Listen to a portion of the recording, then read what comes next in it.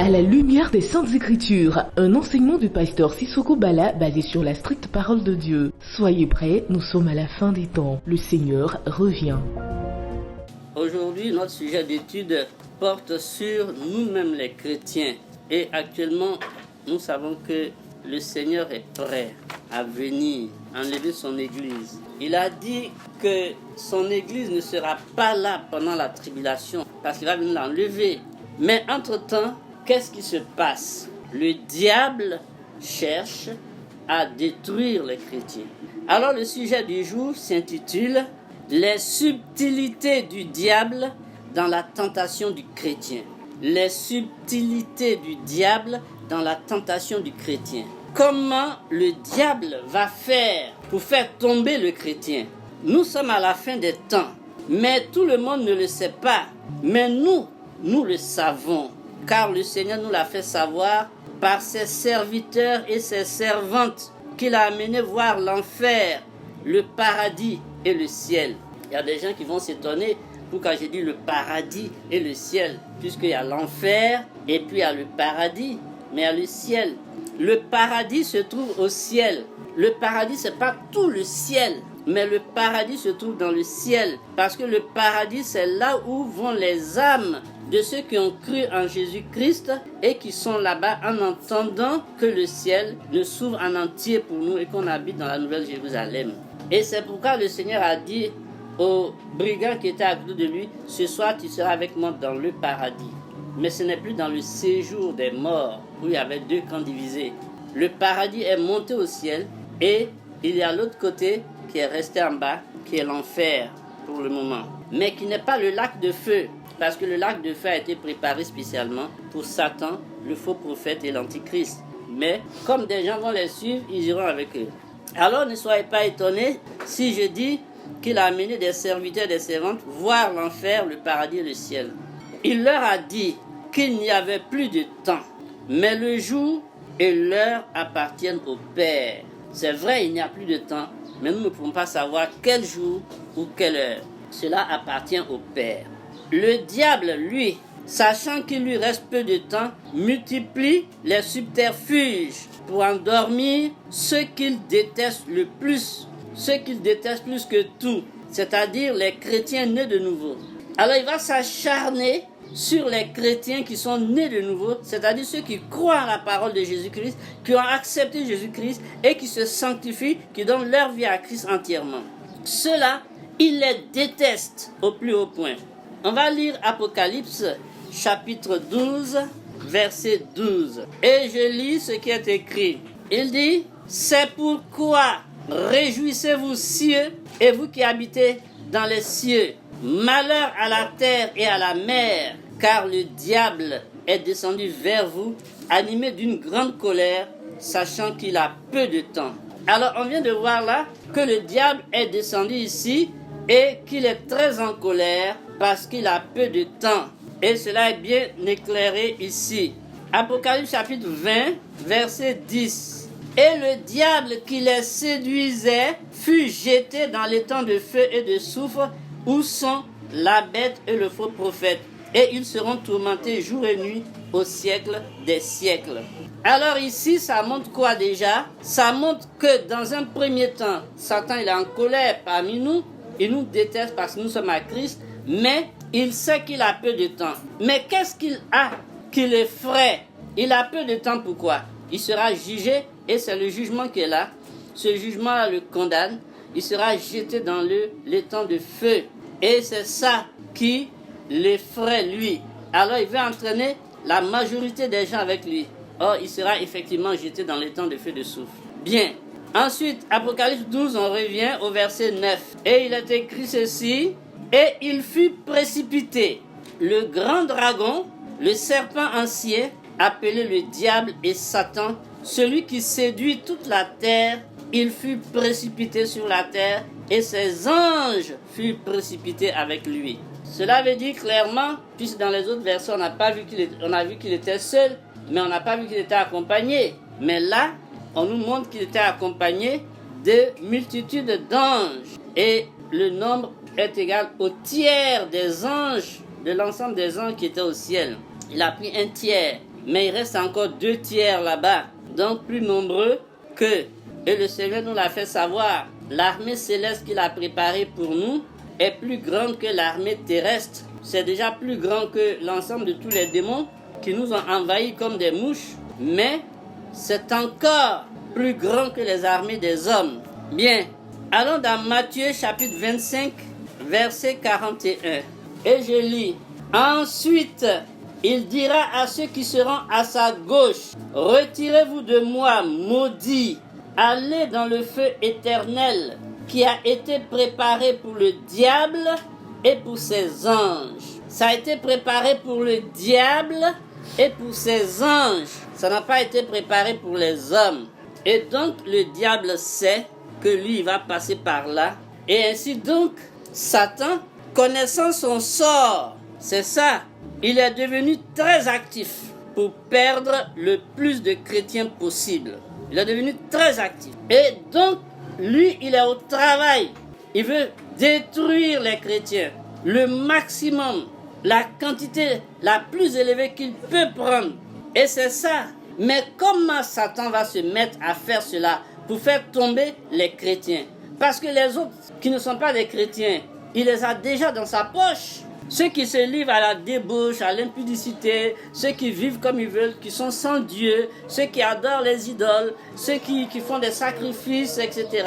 Et puis les grands penseurs qui pensent qu'eux ils vivent comme ça, c'est tout, hein, que l'homme est venu comme ça par hasard, hein, à la suite d'un bruit ou d'un choc dans le cosmos, sans se demander où était le cosmos avant. Ainsi de suite, tout cela, cette multitude de personnes est déjà sous la botte de Satan. Mais il y a les chrétiens. Alors les chrétiens, c'est pas possible. Satan ne peut pas les supporter. Ceux-là, je ne les domine pas. Mais c'est pas possible. Qu'est-ce qu'ils foutent là? Ils gâchent ma vie. Et alors, il va s'attaquer aux chrétiens. Mais comment? De nos jours, Satan utilise plus la ruse que la violence. Et beaucoup n'ont pas remarqué ça. Il utilise plus la ruse que la violence. Satan s'appelle le malin, tout le monde le sait. Lui, Satan, et ses serviteurs, les anges déchus qui sont des démons, et même des hommes à sa botte, ont un langage doucereux, un comportement qui ressemble à de l'amour.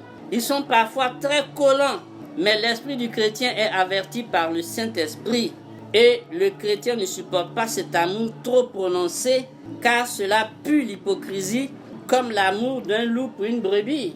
Imaginez que le loup vienne et dit, mais belle brebis dans la bergerie, regarde comme tu es jolie, tu as de jolis poils blancs, et puis tu es tout mignon. Bon, moi je me sens seul, et si on allait faire un tour dans cette forêt là-bas, on se promenait, et puis on allait revenir.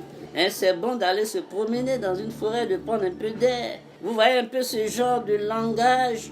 Et si la brebis n'est pas avertie, si elle n'a pas été une brebis, effectivement, qui est attachée à la bergerie, elle va donc sortir et suivre le loup. Mais le loup, il aime bien cette brebis, c'est vrai, mais à sa manière. Car la brebis va remplir son ventre, il va la dévorer. Alors c'est ainsi que ces gens-là viennent. Des démons qui viennent séduire les gens par des petites choses. Séduire donc, essayer de séduire les chrétiens. Parce qu'ils savent qu'ils ne peuvent pas parler avec violence aux chrétiens. Le chrétien, si tu lui parles avec violence, il se tourne vers le Seigneur. Et tout de suite, alors il faut l'attirer. Et comme le chrétien aussi est averti par le Saint-Esprit, par Dieu avertit toujours. Et je vous assure qu'il avertit toujours. Les gens qui tombent dans le mal comme ceci et qui se disaient chrétiens ont déjà été avertis par le Seigneur. Mais ils vont par cupidité. Et ainsi, eux-mêmes sont pris à leur propre piège. Alors, lorsqu'on va voir comment Satan va essayer de chercher à détruire les chrétiens, on va d'abord essayer de voir comment il a fait avec le Maître lui-même. Comment il s'en est pris au Seigneur Jésus-Christ. Voyons comment il a essayé de tenter le Fils de Dieu dans le désert pendant 40 jours. Pendant les 40 jours, Jésus ne mangea rien. Satan essaya de fouetter l'orgueil du Seigneur. Cela ne marcha pas. Il lui proposa des royaumes. Cela ne marcha pas non plus. Pourquoi? J'ai dit son orgueil. Il dit au Seigneur, si tu es le Fils de Dieu, ordonne ceci, fais cela. Si tu es le Fils de Dieu, c'est fouetter son orgueil. Il va dire, oui, je suis le Fils de Dieu et je vais te montrer. Non, cela ne marcha pas. Parce que le Seigneur, c'était l'humilité lui-même. Et il ne pouvait donc pas l'avoir sur ce terrain. Alors il va lui proposer des royaumes. Il va essayer de l'amadouer par les richesses du monde. Mais cela ne marcha pas non plus. Car le Fils de Dieu est forcément l'héritier de Dieu. Il est donc le propriétaire de tout. Cela ne pouvait pas marcher. Et pour voir un peu ça, on va aller dans Luc chapitre 4 et puis on va lire du verset 2 à 13. Luc chapitre 4 et on va lire du verset 2 au verset 13. Bon, on va commencer par le verset 1 et jusqu'au verset 13. Jésus, rempli du Saint-Esprit, revint du Jourdain et il fut conduit par l'Esprit dans le désert où il fut tenté par le diable pendant 40 jours. Il ne mangea rien durant ces jours-là et après qu'il fut écoulé, il eut faim. Le diable lui dit, « Si tu es fils de Dieu, ordonne à cette pierre qu'elle devienne du pain. » Jésus lui répondit, il est écrit, « L'homme ne vivra pas de pain seulement. » Le diable, l'ayant élevé, lui montra en un instant tous les royaumes de la terre et lui dit, « Je te donnerai toute cette puissance et la gloire de ces royaumes, car elle m'a été donnée et je la donne à qui je veux. » Donc là, il est en train de chercher à tenter le Seigneur par les vaines richesses de ce monde. Et il ajoute, il y a une condition. Si donc tu te prosternes devant moi, elle sera toute à toi. Donc, il veut que le Seigneur l'adore et se soumette à lui. Jésus lui répondit, il est écrit. Vous voyez, chaque fois le Seigneur lui montre les Écritures. Et c'est ce que nous, les enfants de Dieu, nous devons faire. Jésus lui répondit, il est écrit, tu adoreras le Seigneur ton Dieu et tu le serviras lui seul. Le diable le conduisit encore à Jérusalem. Vous voyez, Satan n'est pas fatigué. Il a échoué une fois, il a échoué deux fois, mais il continue. Il est persévérant.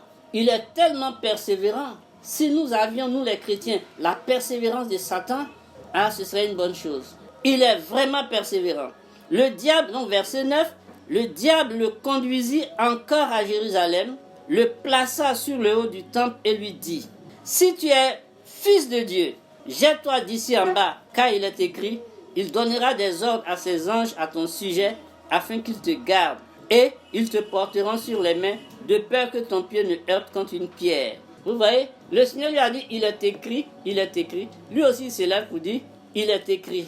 Si tu es le Fils de Dieu, alors jette-toi en bas, car il est écrit, et il donnera des ordres à ses anges, etc. Alors, donc, il va dire que lui connaît la parole de Dieu, il va l'opposer au Seigneur. Jésus lui répondit, il est dit, tu ne tenteras point le Seigneur ton Dieu. Alors là, ça devient bizarre. Le Seigneur dit au diable, tu ne tenteras point le Seigneur ton Dieu. Ça dit, celui qui est en face de toi est plus grand que tu ne crois. Il est plus grand que le Fils que tu vois. C'est ton Seigneur et ton Dieu. Après l'avoir tenté de toutes ses manières, le diable s'éloigna de lui jusqu'à un moment favorable. Donc il dit, bon, c'est pas grave, cette fois-ci ça n'a pas marché, je vais attendre encore. Il baisse jamais les bras, vous voyez. Donc, Satan a échoué face au Fils unique de Dieu. Mais aujourd'hui, qu'est-ce qu'il fait? Alors, il veut faire tomber les enfants de Dieu, c'est-à-dire les chrétiens. Donc, il essaie de faire tomber les chrétiens et même des pasteurs en les prenant par l'orgueil et les biens matériels de ce monde. La même tactique qu'il a utilisée avec Jésus, il utilise la même tactique avec aujourd'hui les chrétiens. Et je vous le dis, il y a beaucoup de chrétiens qui sont tombés dedans. J'avais ici un ami, un frère, et il est tombé dedans. Il est devenu un pasteur dans une église bizarre qu'il a contacté. On lui a donné une 4x4 et puis il est parti fonder son église et il se croyait en train de servir Dieu. Mais il était tombé dans le piège et il est mort au Maroc après avoir créé cette église. Il a encore des disciples qui sont là. Il venait ici à la maison pour recevoir de moi des enseignements que je lui donnais et il est parti. Il est devenu célèbre et puis il est mort soudain, tout à coup, brusquement, au Maroc, en dehors du pays. Et ici, les sœurs et les frères de la maison le connaissent très bien. Et ses disciples sont encore là. Donc, il a été pris par l'orgueil et la part du gain. Et j'étais à l'école, quand j'ai entendu le téléphone sonner, j'ai décroché, c'était lui. Il voulait me voir à tout prix. Parce qu'il était venu à la maison ici, il avait garé quelque part. il avait parlé à ma femme et il voulait me voir. Et il dit c'est moi, et puis parler avec emphase. Mais je lui ai dit oui, tu veux me voir, pourquoi? Oui, c'est important d'être comme non. Bon, moi je banalise tout ça. Pour moi, c'est pas ça qui compte. C'est le Seigneur Jésus-Christ. Donc, l'Esprit de Dieu me disait, j'étais un peu mal à l'aise par rapport à cette conversation. Et donc, j'ai coupé court avec lui. Et il n'est plus revenu. Certainement qu'il venait me chercher pour me mettre dans la foulée, afin que je participe à cela. Et que moi aussi, j'ai des 4x4 et puis des trucs, tout ça. Mais c'est mal me connaître. Moi, j'ai choisi Jésus-Christ jusqu'au bout. C'est pas tout près ici. Et donc, personne ne peut me détacher de mon Seigneur et de mon Sauveur, mon Roi.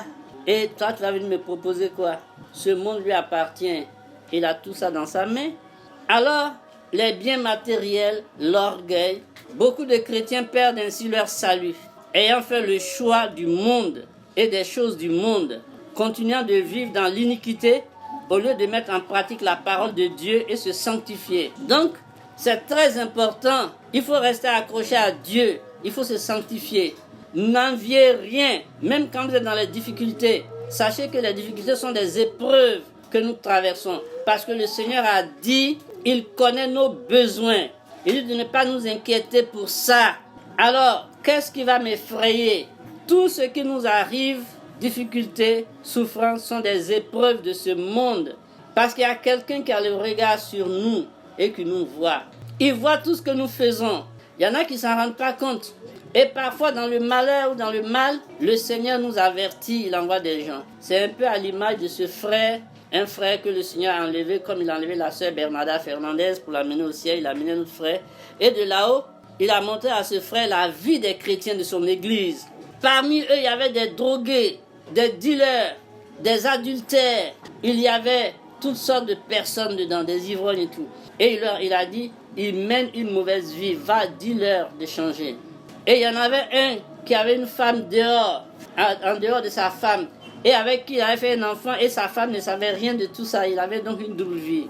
Et le Seigneur a dit d'aller le voir. On en parlait même pas plus tard qu'hier avec ma femme. On parlait de cela. C'est elle-même qui m'a rappelé cela. Et Dieu a donné le transport à ce monsieur-là, ce frère qui allait au ciel. Il lui a donné le transport pour aller voir l'autre frère et lui dire qu'il vit dans la débauche.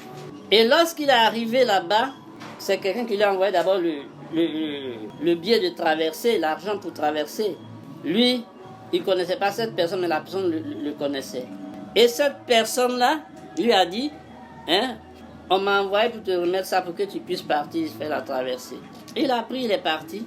Et cette personne a disparu. C'est ce que je disais. Je dis certainement ça devait être un ange. Mais, arrivé là-bas, lorsqu'il a transmis le message à ce monsieur, à son frère de l'église, il lui a dit, tu vis dans l'adultère, tu as une femme ici, tu as une femme là-bas, tu as une fille, un enfant ici avec celle-ci. Le Seigneur m'envoie pour te dire que tu vis dans l'adultère et que si tu n'arrêtes pas ça, tu vas aller en enfer. Vous savez quelle a été la réaction de ce frère? Il s'est étonné. Il dit, donc Dieu me connaît. Dieu me connaît, donc il me voit, il sait où je suis. Alors, il dit, d'accord, si Dieu me connaît, il allait voir sa femme là, la deuxième. Il dit, à partir d'aujourd'hui, là, voilà ce qui s'est passé. Moi, voilà ce que Dieu a dit. Entre toi et moi, là, c'est fini. Il lui a donné l'argent dont elle a besoin. Il dit, tu vas partir. Il a pris son enfant et puis il a mis fin à ça. Il s'est repenti. Un homme humble qui a reconnu sa faute et que Dieu a pardonné. Le Seigneur Jésus a dit, quiconque regarde une femme pour la convoiter a déjà commis adultère dans son cœur. À plus forte raison, toi tu prends, tu me donnes maison et puis tu fais un enfant et ta pauvre femme n'est pas au courant. Vous voyez, Dieu nous connaît. Alors, en plus de l'orgueil et des biens matériels auxquels le Seigneur Jésus-Christ a résisté, il y a encore le péché d'Adam qui continue de détruire les chrétiens. C'est la chair et ses désirs, pleins de débauche et d'adultère. Voilà ce que Satan utilise encore. Le péché d'Adam, il met ça donc dans les hommes. C'est ainsi que les chrétiens charnels, puisqu'ils sont devenus, ils sont chers, charnels et orgueilleux, sont à la merci du diable. À telle enseigne, vous voyez, que des pasteurs cherchent à courtiser des femmes, des fidèles. Et cela s'est passé dans plusieurs églises. Il y a même un pasteur que le diable a détruit dans un hôtel parce qu'il croyait qu'il était avec la femme d'un de ses fidèles de l'église. Cette histoire nous a été rapportée par Mathieu Badioko, un chrétien qui vit au Zaïre, au Congo, Kinshasa. Lui, il travaillait pour le diable et Satan les avait envoyés pour détruire le pasteur d'une église, un pasteur qui prêchait bien, mais il y avait une jeune fille dedans qui lui plaisait, qui était mariée, qui avait même des enfants. Et il a dit que cette jeune fille aurait dû être sa femme à lui. Il la courtisait, il la convoitait. Et Satan a envoyé une sirène à la ressemblance de la femme exactement. Elle a pris la forme de la fille et puis elle allait séduire le pasteur. Ce jour-là, il s'est mis en tenue de jeunes gens, jeans, juste basket, tout ça. Ils ne s'habillaient plus comme les pasteurs font en veste et tout ça. Et ils sont donnés rendez-vous à cet hôtel-là. Mais c'était une sirène. Il fallait qu'il pêche pour enlever la protection que Dieu avait mise sur lui. Comme ça allait donner l'autorisation aux serviteurs du diable qui étaient masqués dans la chambre là-bas, les Mathieu Badioko sous la forme donc invisible, pour détruire cette personne-là. Et effectivement, c'est ce qui s'est passé. Ils se sont mis donc à l'aise, ils ont causé, ils ont dû manger plein de petits trucs, ils ont bu, et puis bon, ils sont allés au lit. Et là, qu'est-ce qui se passe? Les démons qui étaient donc dans les envoyés du diable l'ont tué là, sur place. Il a été frappé parce qu'il n'avait plus la protection de Jésus-Christ. Et il est mort là. Et les esprits Matthieu autres devaient faire une invocation. Mais il fallait que la fille se aille dans les toilettes, parce que c'est une sirène. Elle devait passer par les toilettes. Les toilettes sont le lieu de rencontre d'une porte ouverte dans le monde des sirènes. C'est Jacqueline, la sirène Jacqueline, qui est la princesse de ce lieu. Et donc, elle dit, non, je vais pisser, elle va sur un endroit. Elle rentre dans les toilettes, floup, ils ont fait l'incantation, elle est passée. Et il était seul maintenant là-bas, raide mort. Son âme était enlevée et se retrouvait déjà en enfer. Donc voilà un pasteur qui convoitait. Et pourtant, il était marié et avait des enfants. Maintenant, on le découvre à l'hôtel. Scandale. Mais Satan, c'est ce qu'il aime. Et aujourd'hui, il guette les enfants de Dieu. C'est les chrétiens qu'il veut. Comme il ne peut pas les avoir par la violence et qu'il ne peut pas avoir les purs et durs par le bien matériel et par l'orgueil, alors qu'est-ce qu'il fait? Comme je le disais, malgré tout ça, il existe parmi les chrétiens un noyau dur des chrétiens qui se sanctifient, qui se répandent entièrement et qui se reposent entièrement sur le Sauveur, Jésus-Christ, qui aime le Seigneur et se tournent toujours vers lui pour avoir des solutions à tout problème. Ce sont ceux qui sont fidèles à Dieu. Alors ceux-là, comment Satan les tente-t-il? L'orgueil n'existe pas en ceux-là. Ceux-là, ils ne sont pas orgueilleux. Ils n'ont pas l'amour des biens de ce monde. Ils ne sont pas accrochés à ces biens du monde. Ils ont tué la chair et sont fidèles à leurs conjoints et conjointes. Ils sont toujours prêts à se repentir pour ne serait-ce que la moindre petite faute. Satan ne sait donc pas comment les prendre avec l'orgueil, les biens matériels, la chair. Alors, qu'est-ce qu'il va faire? Il va chercher un terrain plus subtil, un terrain plus raffiné. Il va entrer dans les petits péchés, des choses que nous considérons à peine, sachant que Dieu ne fait aucune différence entre un gros péché et un petit péché.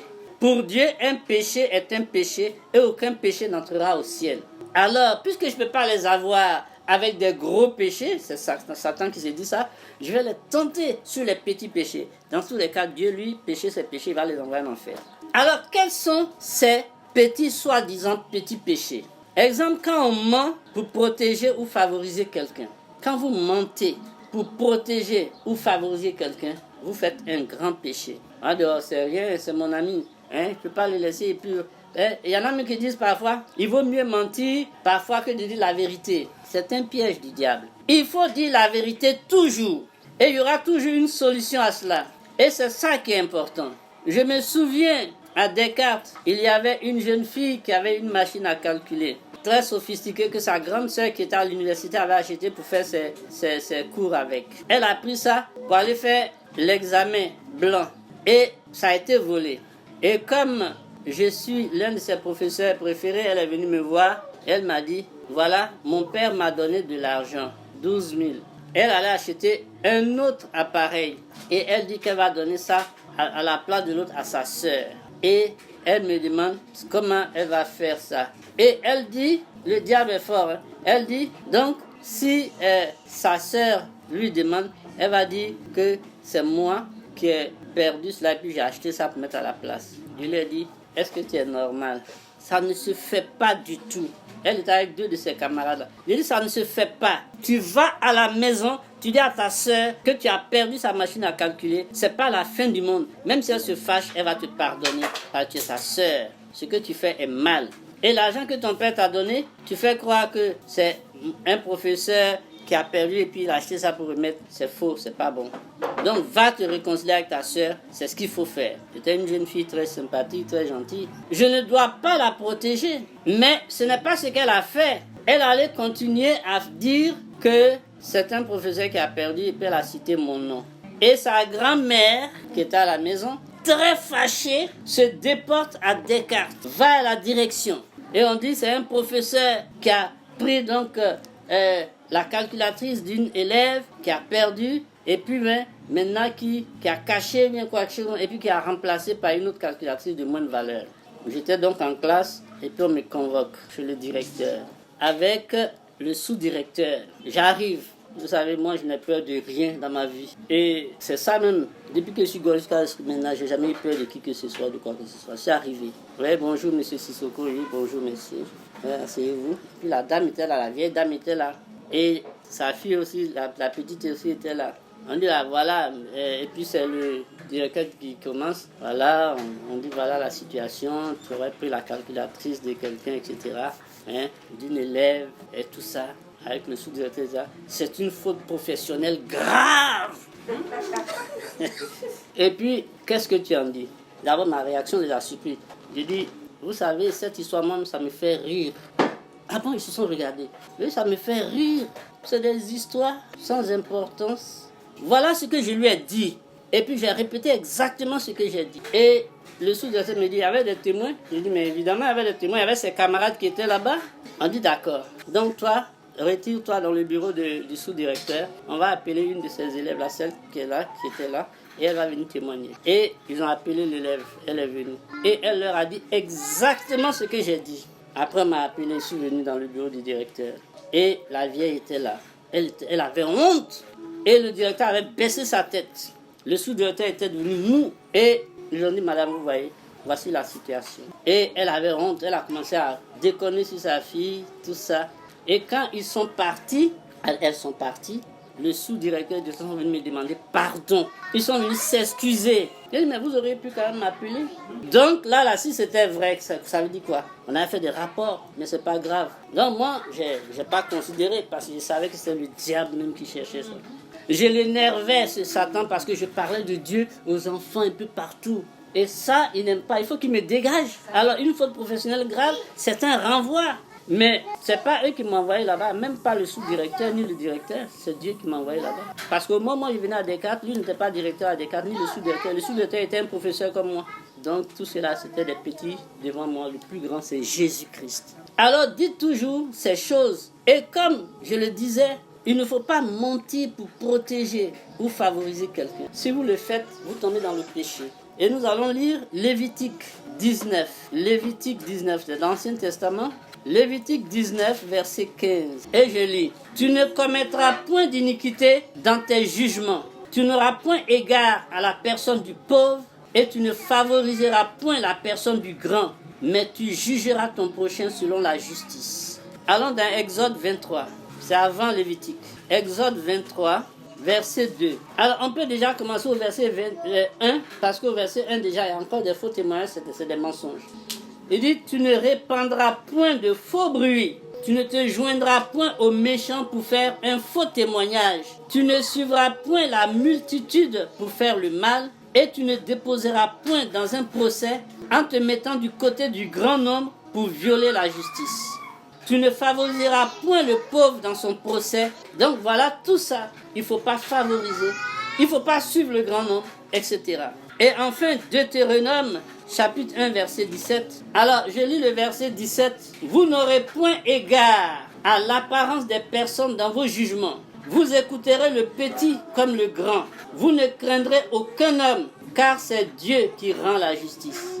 Et lorsque vous trouverez une cause trop difficile, vous la porterez devant moi pour que je l'entende.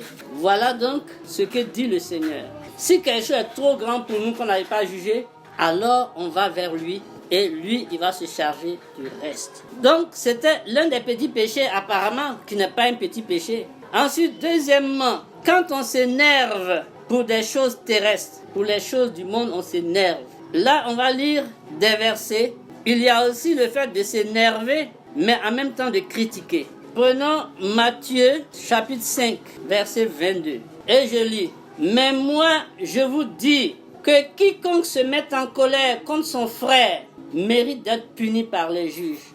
Que celui qui dira à son frère Raka, c'est-à-dire insensé, mérite d'être puni par le Sanhédrin. Et que celui qui dira insensé, maintenant ça c'est au sens le plus pur, mérite d'être puni par le feu de la géhenne. Donc, il le dit de ne pas se mettre en colère, parce que c'est dans ce domaine que nous sommes pour le moment. Éphésiens 4, 26. Et il dit ceci, si vous vous mettez en colère, ne péchez point, que le soleil ne se couche pas sur votre colère, et ne donnez pas accès au diable. Voilà.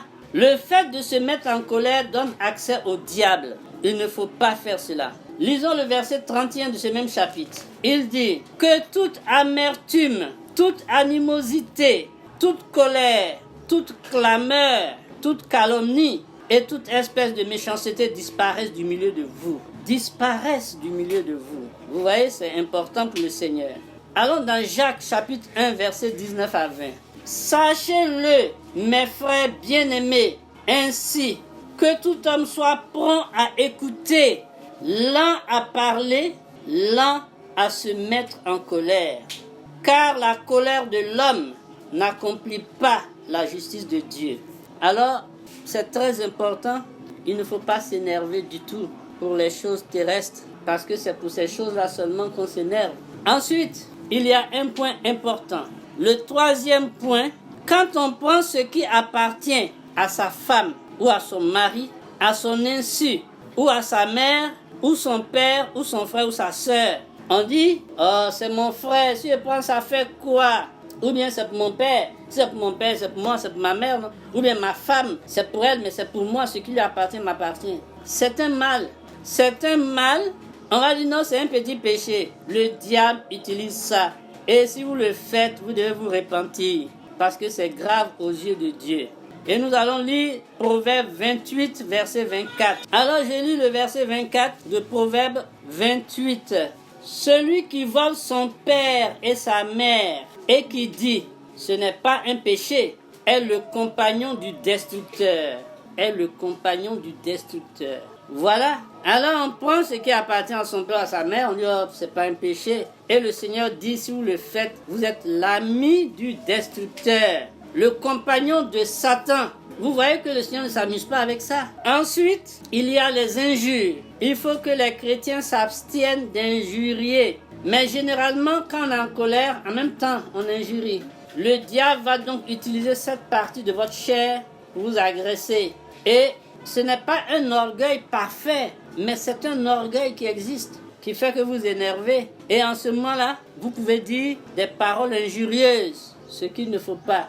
Le Seigneur a dit de ne pas le faire, il ne faut pas le faire. Donc nous les chrétiens, nous sommes comme des glaçons. Mais si tu t'assois trop sur la glace, ça te brûle les fesses. Parce que la fraîcheur qui est dans lui, c'est le Seigneur qui donne. Et le Saint-Esprit te défendra. La froideur que tu as, c'est cette froideur qui va te défendre parce que Dieu va réagir pour toi. Lorsque vous êtes agressé dehors et que vous ne parlez pas, que les gens vous insultent et s'adressent à vous, que vous ne dites rien, le Seigneur lui-même va envoyer des gens pour prendre votre défense. Et vous allez vaincre vos ennemis sans même les toucher. Alors, dans Jude, chapitre 1, Jude c'est un seul chapitre d'ailleurs, pourquoi on dit chapitre 1? Jude, allons avant Apocalypse là-bas.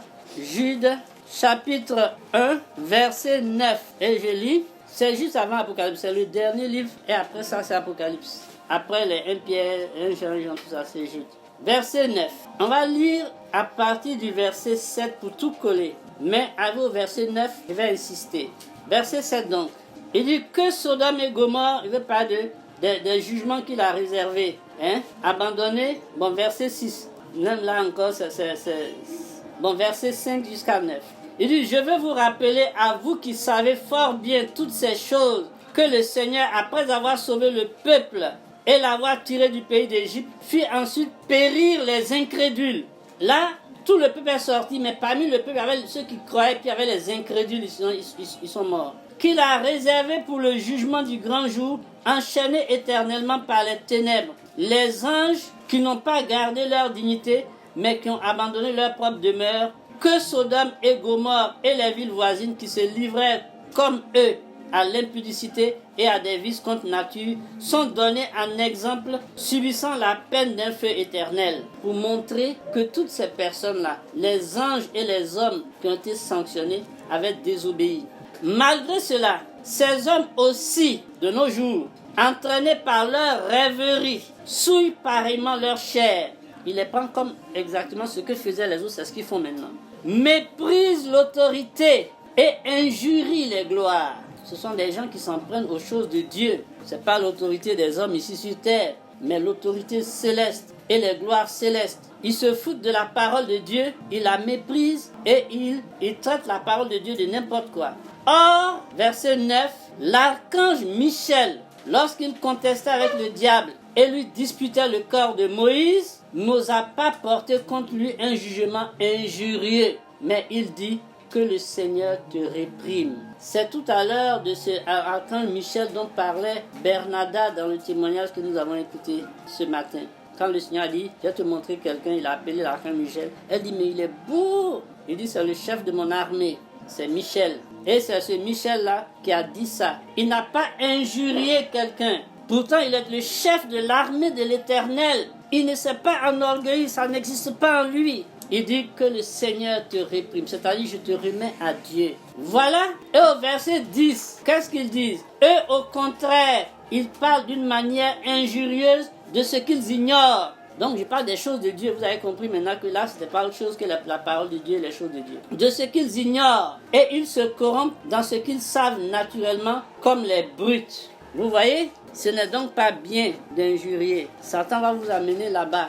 Et quand on critique quelqu'un, c'est la calomnie, une atteinte à sa réputation. Et ainsi donc, on va humilier la personne, bafouer sa réputation et la personne n'aura plus d'importance aux yeux des autres et sera méprisable à cause de votre calomnie. Et nous allons voir ça dans Colossiens chapitre 3 et versets 5 à 10. Et je lis, faites donc mourir les membres qui sont sur la terre, l'impudicité, l'impureté, les passions, les mauvais désirs et la cupidité qui est une idolâtrie. C'est à cause de ces choses que la colère de Dieu vient sur les fils de la rébellion, parmi lesquels vous marchiez autrefois lorsque vous viviez dans ces péchés. Mais maintenant, renoncez à toutes ces choses, à la colère, à l'animosité, à la méchanceté, à la calomnie, aux paroles déshonnêtes qui pourraient sortir de votre bouche.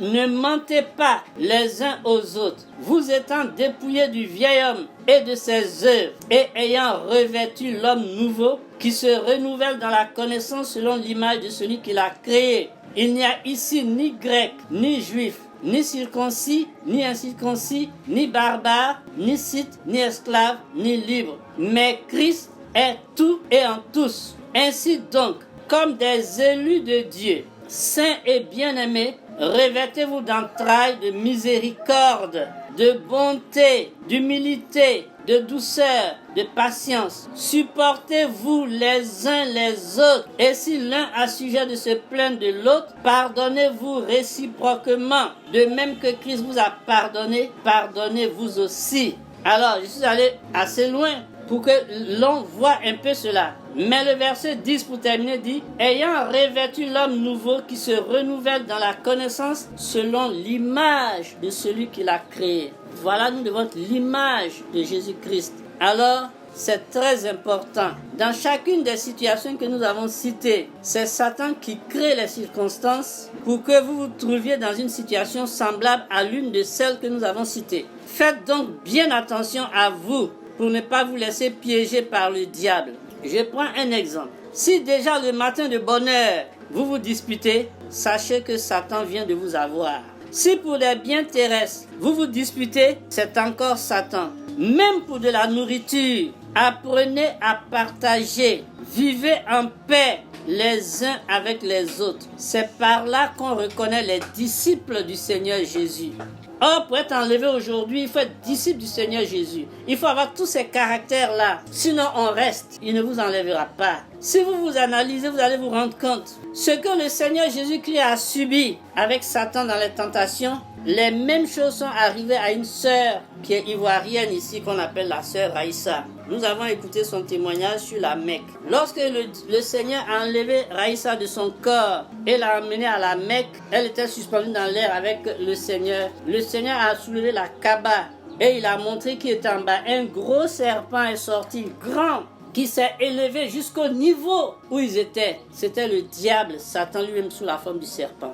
Et dans sa forme de serpent, ses yeux rouges, on voyait donc ses crochets et sa langue. Il était serpent et il parlait. Il a dit à Raïssa, mais c'est pas maintenant que tu devais arriver. Depuis qu'on s'est mariés, il y avait un jour que tu devais arriver, c'était pas maintenant, pourquoi tu es là déjà? Et elle lui a dit, moi je ne connaissais rien quand on m'a marié à toi. Ce sont mes parents là qui sont mariés, c'est eux qui sont mariés avec toi, c'est pas moi. Et elle avait la main du Seigneur sur son épaule, c'est pour ça qu'elle était assez courageuse. Et face à face, il lui a dit, quand tu es né, tes parents t'ont marié à moi, tu es ma femme. Voilà ce que tu veux, je vais te donner tout ça là. Et puis il lui montre les royaumes comme il a fait avec le Seigneur. Il a soulevé pour aller l'envoyer loin en haut là, puis il a montré les royaumes de la terre, tout. Vous allez écouter le témoignage de la sœur Aïssa sur ce sujet. Mais lorsqu'elle a dit qu'elle n'est pas mariée à lui et que c'est à Jésus-Christ qu'elle est mariée, il dit, tu veux savoir à qui je suis mariée? Il dit, tu es mariée à qui? Il était en colère dans sa forme de serpent. Et puis elle dit qu'elle est mariée à Jésus-Christ. Quand elle a dit ça, il a balancé sa queue, tout fâché. Et donc sa queue est tombée là. Il paraît que c'était en 90, à la Mecque là. En réalité, les gens sont morts. Parce qu'eux, ils ne voyaient pas dans le spirituel. Mais quand il a balancé sa queue, il a détruit plein de choses. Les gens sont morts en pagaille cette année-là. On parlait de Sénégal, de Mali, qui étaient restés, des pèlerins qui étaient restés là-bas. Et elle a reconnu, elle a dit ce jour-là, c'était elle qui discutait avec Satan. Et donc, c'est encore lui qui fait ces choses. Et la tentation est là, surtout à la fin des temps maintenant. Et pour être disciple du Seigneur, il faut bannir toutes ces choses. Et ainsi, étant disciple, on peut être enlevé. C'est très important. Comme dans Jean chapitre 13, verset 35. Nous allons prendre donc ces deux passages et nous allons appuyer sur le fait que être disciple, c'est important. Jean chapitre 13, verset 35. C'est le Seigneur Jésus lui-même qui parle. Il dit, à ceci, tous connaîtront que vous êtes mes disciples, si vous avez de l'amour les uns pour les autres. Et au chapitre 15, verset 8, il dit, si vous portez beaucoup de fruits, c'est ainsi que mon Père sera glorifié et que vous serez mes disciples. Or, porter les fruits pour le Seigneur, c'est quoi? C'est s'aimer les uns les autres, être miséricordieux, compatissant, rendre la justice proprement, etc., etc., porter les fruits de l'esprit. C'est ainsi qu'on fait subir à Satan des défaites. Si nous sommes disciples de Jésus et qu'on respecte ses commandements, Satan sera toujours dans la défaite. Donnons-lui ainsi encore de bonnes raisons de nous détester. Il faut que Satan nous déteste. Parce que si Satan nous aime, c'est pas bon. Donnons-lui de bonnes raisons de nous détester encore plus. Car il va toujours échouer avec nous si nous continuons de garder les commandements du Seigneur. Il va échouer et il aura honte. N'oublions jamais que notre douceur, pas nous on va être doux, que notre douceur doit être connue de tous les hommes. Et ça, c'est écrit là-bas sous le frigo. C'est Philippiens chapitre 4, verset 5. Que votre douceur soit connue de tous les hommes. Alors, en cela, nous allons imiter Jésus-Christ qui est le Maître. Il faut qu'on l'imite. Lorsqu'il était en chair ici sur la terre, ce qu'il faisait, comment il était, c'est ça que nous devons imiter.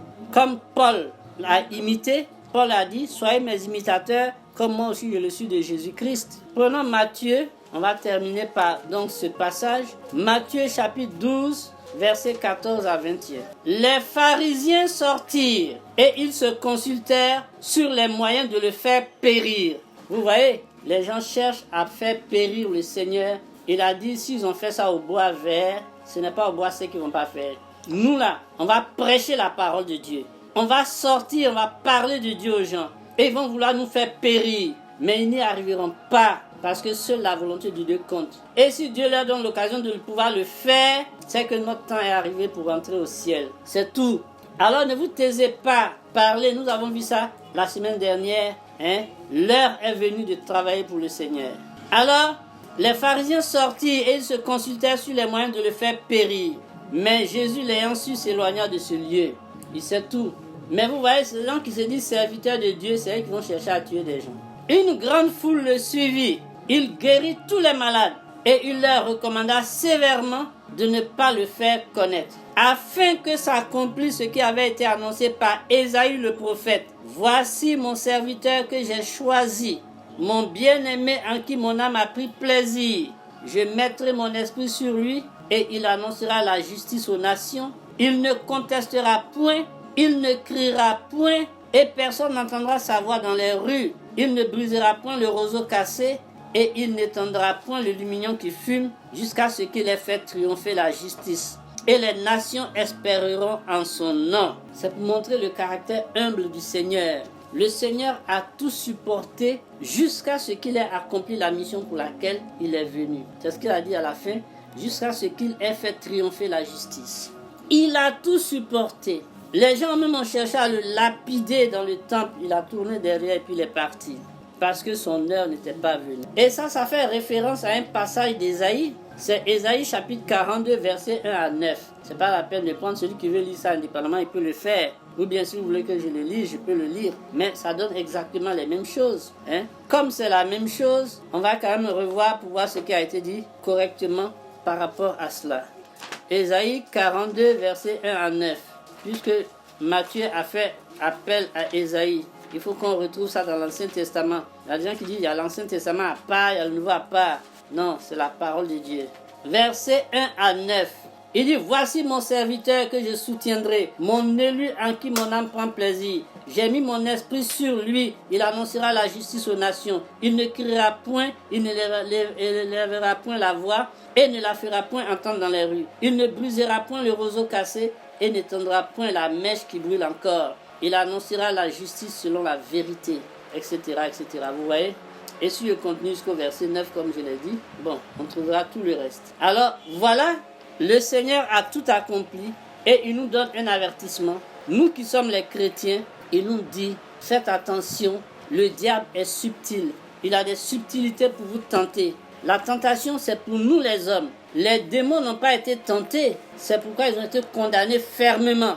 Ils ont pris des décisions personnelles. La tentation n'était pas pour eux. Adam a été tenté et Dieu nous a repêchés. Il nous a repêchés parce que quelqu'un est venu nous tenter. Mais celui qui est venu tenter, c'est le tentateur. Lui n'a pas été tenté, c'est lui qui a provoqué. Et ainsi donc, eux, ils sont condamnés. Un tiers des anges plus Satan et tous, sans appel. Mais nous les hommes, nous sommes tentés et Dieu nous donne la possibilité de nous repentir.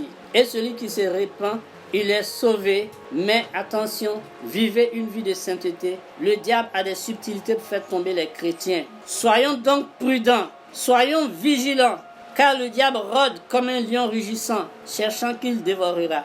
Puisse le Seigneur, notre Seigneur Jésus-Christ, permettre qu'il se brise les dents sur notre armure et que toute la gloire revienne à notre Seigneur Jésus-Christ. Que le Seigneur Jésus-Christ nous bénisse tous très richement. À lui soit la gloire, le règne et la puissance au siècle des siècles. C'était le message du jour. Amen.